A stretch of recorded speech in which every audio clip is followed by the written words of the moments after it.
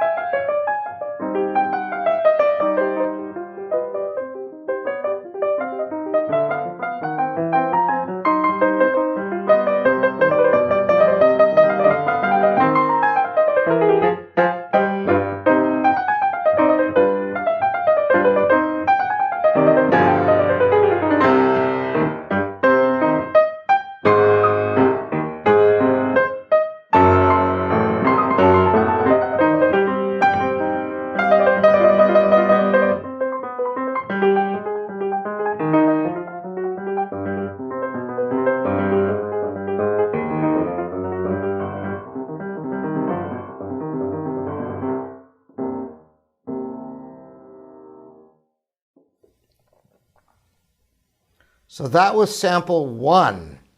And now we're going to have example number 2 for you.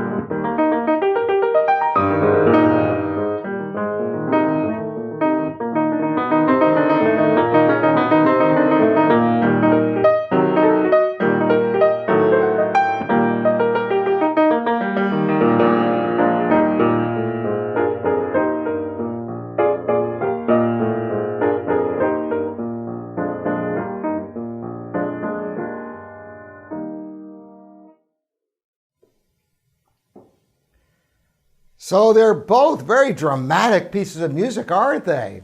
Well, I hope all of you have decided which one you think is Mozart number one, and which one you think is Beethoven number one or number two for Mozart or Beethoven. If you haven't decided yet, stop playing the video so you can make the decision before I reveal it, all right? And then be honest in the comments which one you chose. I'm very interested in this. Now, first of all, I'm going to tell you why I chose these two works. Because they are both in the minor key. And Mozart in the minor key has a lot of fire that is typical of what you think of as Beethoven. If I had chosen one of his sonatas in the major key, it might have been easier to tell, like, for example, his C major K330. This is Mozart here.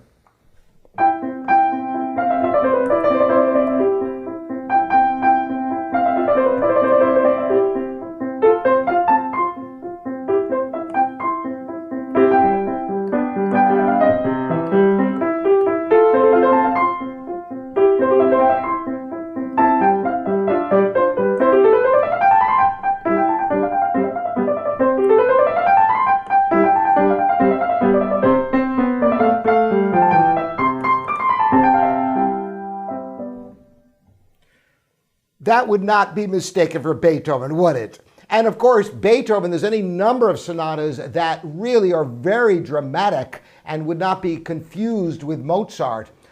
So many of them are so famous, though, like the Appassionata, the Pathétique, are very, robust emotional works. So, getting back to these two sonatas, first of all, what they are.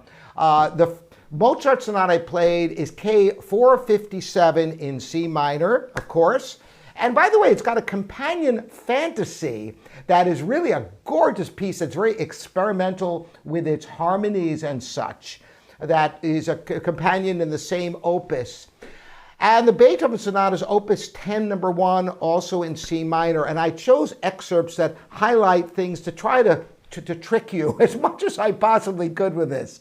So the reveal, the first excerpt was indeed Mozart. That's right, that is the Mozart sonata, K457 in C minor. And the second one indeed was the Beethoven opus 10, number 1. I played the Mozart, the recapitulation of the first movement, because it goes into the minor key for the second subject, which I thought was more dramatic and more Beethoven-esque. Whereas in the Beethoven, I did exactly the opposite. I took the exposition of the Beethoven because it goes into the major in the second subject. So that I was really trying to trick you in this, all right? I was not taking typical examples, so if you got it wrong, don't feel badly. And go watch the difference between Mozart and Beethoven so you get some clues as to some of the differences in their composition. Both great composers with a wide range of music, as you could hear today. I hope this is interesting for you. If you like videos like this, let me know. Shoot it in the comments. Here at livingpianos.com, your online piano resource. Thanks again for all you subscribers. We'll see you next time.